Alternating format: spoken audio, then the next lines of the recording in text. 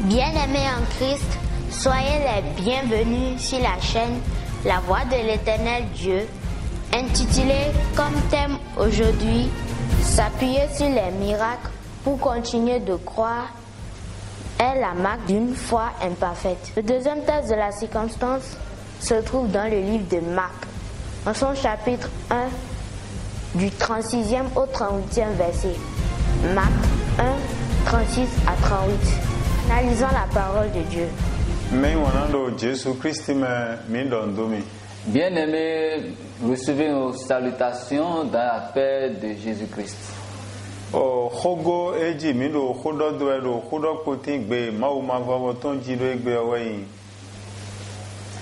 Le thème de cette semaine est intitulé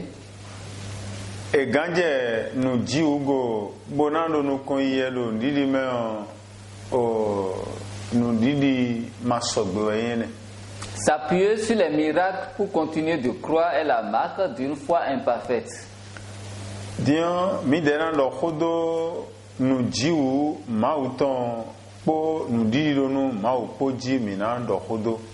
Et nous nous consacrons aujourd'hui sur la foi en Dieu, les miracles de Dieu. D'où proviennent les miracles?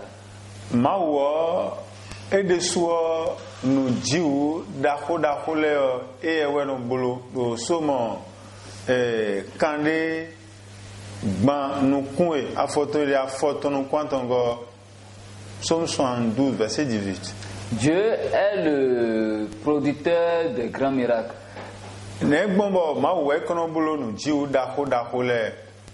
Pourquoi est-ce Dieu qui est le producteur des miracles?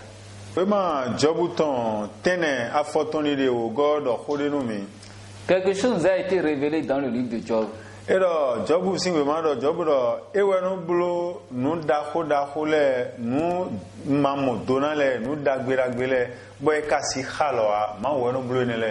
Il est écrit dans ce livre que Dieu fait de grandes choses.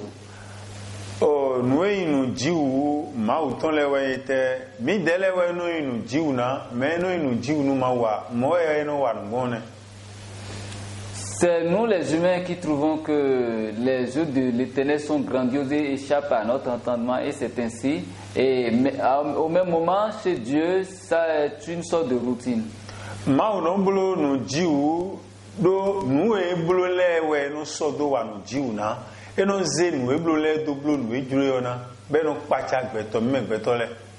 Dieu, par sa souveraineté, s'impose en tout ce qu'il fait et dans les miracles qu'il fait.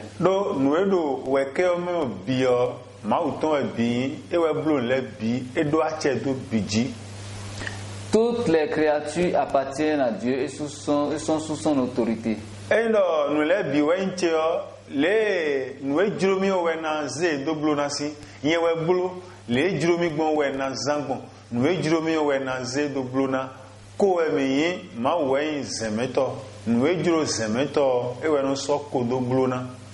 On peut comprendre alors par là que Dieu, en tant que notre créateur, peut faire de nous ce qu'il veut en tant que créature.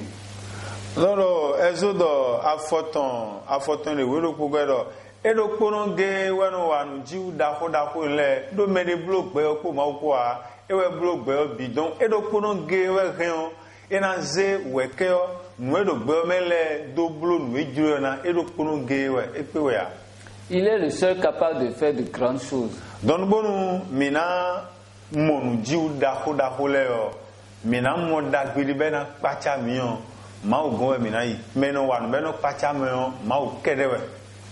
Nous devons alors apprendre à aller chez Dieu lorsque nous voudrons des prodiges dans nos vies.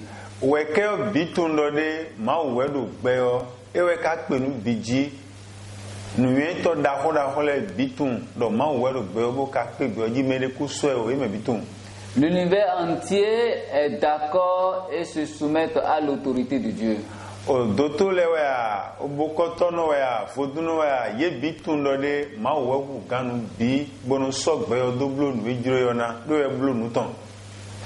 Ils savent, eux tous qui sont composants de la terre, savent que c'est Dieu le grand créateur et processeur de tout. Amonu toche kono wanundeo yeme viton na du mo singbeun. Et nous avons cette grâce que ce que Dieu crée, c'est nous qui en sommes les premiers bénéficiaires. Non, toche no wanunji u gbomo yeme viton ma si banunji u kone. Alors il serait inconcevable que Dieu étant le producteur de miracles, que nous, ses enfants, en soient privés. Nyeme viton bodo dinio nando no jiwo ton le moe game. Nous verrons les miracles de Dieu au quotidien, telle est notre destinée normalement. Dio ne mi kana blogbon bona no mo no jiwu mauton maudo kono ge jeno blo no jiwu wa mere votin do fene bo jeno jiwu mauton le finji bo eno bleme mo bleme bana versin do de nde gwe mo kunje si pe ne o e gwe mo kunjo blo de e we satani. Au même moment, nous devons nous méfier de l'usurpateur qui est Satan, qui essaie de copier les miracles que Dieu fait, même maladroitement. Donc, milona monu jiwu, maudona wada gbenu mi bena pachame ewe no jiwo, elona wada gbenu bena pacha gbeto. Amo mau mekede ewe minano bona monu jiwu, bona monda gbe bena pachame o, mau kede mewe minano. To mi ton do nu wo mina Dieu do mona ifile voya. Il n'y a que chez Dieu que nous puissions trouver des prodiges et les miracles. Donc, bonu mina monu jiwu mauton, maudo khole no miun. Bon, hoton le dali, hoe donu mi lewe mina heu, fie do mini bon leo, ek bon we mina de, nous do mini blo leo, nous le blo we mina de, bonado nous ji uton mo e game. On aura assez, on bénéficiera de toutes les grâces de Dieu en obéissant à ses préceptes. Amo masido nous ji u ba we boro dagbede ba we bena pacha gbeto lewo. On va tafo sen ma o do ji we ne bo na tafo toche ji we chuno we toche si yo. Il n'y a que chez Dieu que nous puissions trouver les miracles.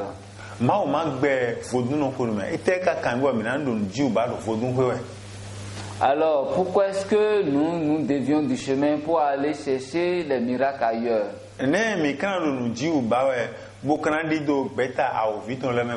Pourquoi intégrer des groupes douteux, des sectes en quête de miracles? Oui, mais le don yo atundo de ma we blu gbe ko nu do gbe bobule mi atundo mo e atundo e pe nu bi yo we tundo ma we pe nu bi ja a ovi e pe nu bi dia. Bien-aimé, es-tu conscient que c'est Dieu qui est le plus puissant et qui règne en souverain sur tout? Nsi do nu jiu ma u tomba we gbede bo ita for sen ma u do dia e o nsi blo magiki bondo kwa ba we ni. Il est inconcevable que nous nous détournions du chemin de la lumière pour chercher les miracles ailleurs.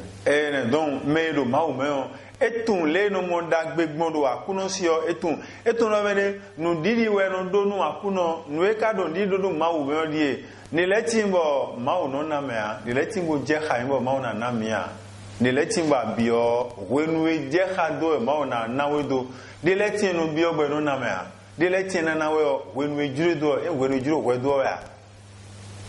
Dieu étant souverain, lorsque nous lui formulons des demandes, il prend sur lui le plein droit de disposer comme il veut de ce qu'il veut nous donner.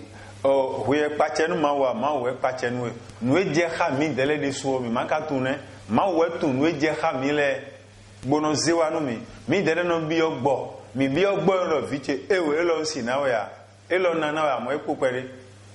Nous demandons mal, mais Dieu, par son amour et sa souveraineté, sait toujours comment faire pour nous réconforter, nous combler. Amoeli, ewa je finanje obeli do de mele ma oni gbigbo nton bo de mi ku ya be ko de ne bo mele ma do de na ko de wa so a abi ope me ansi mo a jogodo ananga male wa so.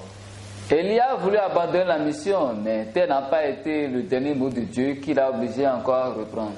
Donc, dans mime de mau sin vileo minamba no jiu amo mau mekede we minabade khote mau ka donwe azote mau ka zonwe saint ton de tewe ka ro winiyin ego anate do mana no jiwo bawe ma me mi no jiwo ba kaka bo Israël ja foteji ton dio eno esogbea.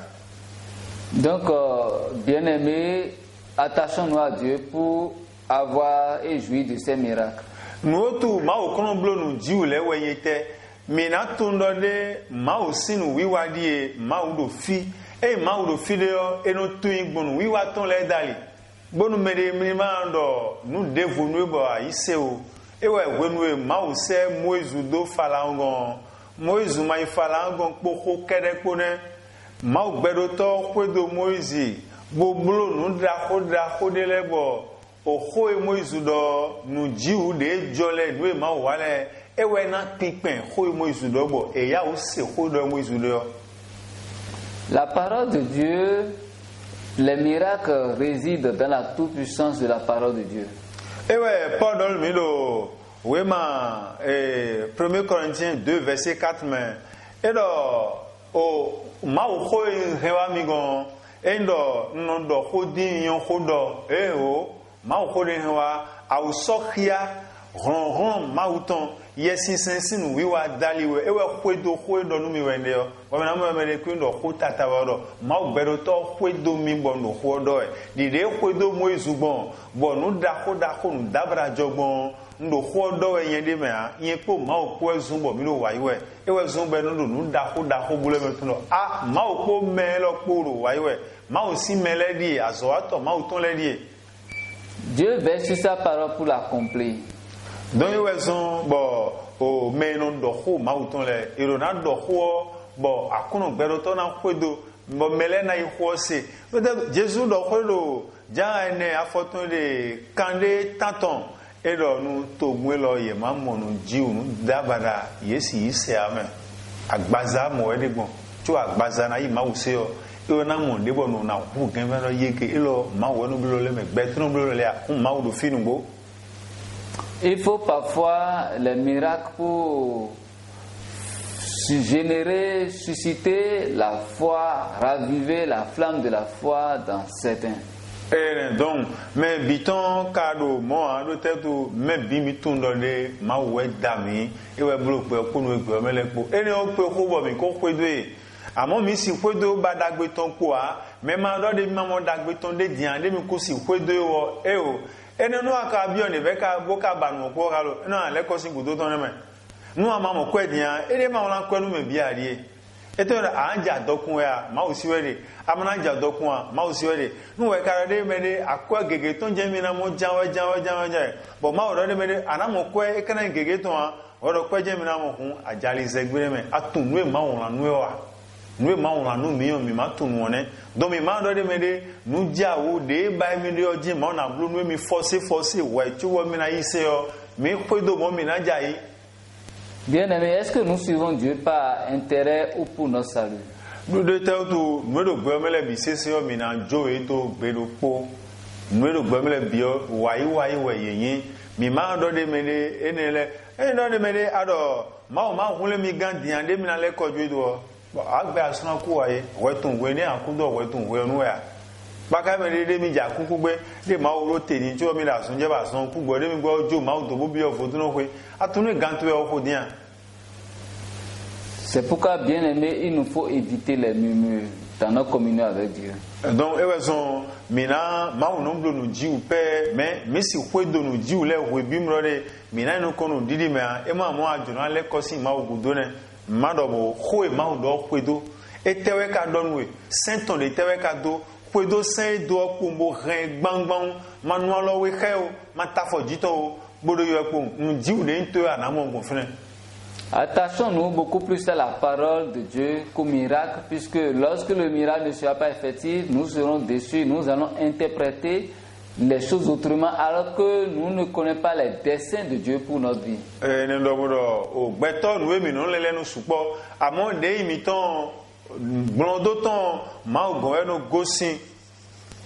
Nous avons plusieurs interrogations, mais les réponses, la bonne réponse, ça vient de Dieu.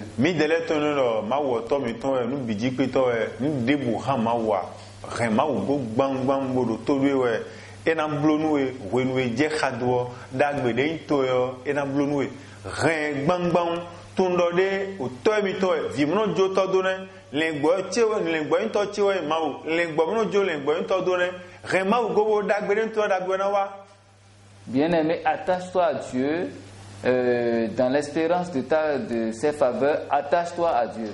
Abraham ero ye bo ba vi ko ka bo akpoyon ko bicho Abraham e monu e ba we de monu ya e maka le kojo mawudo ne e ngoro me mi ma mo vidi dia de mi na le kojo mawudo de mawu onu na mi vi mele bi sise bo eku na mi o e ma na mi dan de mi na le ko fun mi na ifodu no hwe mi na iboko to no hwe mi na izali fi egbe de mi na gbon file bi yo fun ofi Abraham yo asino fun na ame mo Abraham do surugbon bo wa mo vi bo la ji vi do po gege bero yene me do nu ji mawu to ba we yo eno no tikun mawu bo wenu e je khado do mawu no si o mi 2 Corinthiens 6 2 3 Corinthiens we go Isaiah 14 we ko atonpo mawu no na no ba mi de mi wenu e jure do. Bien-aimé, il faut s'armer de foi et de persévérance pour jouir des grâces de Dieu. Mais nous vous saluons dans le nom de Dieu.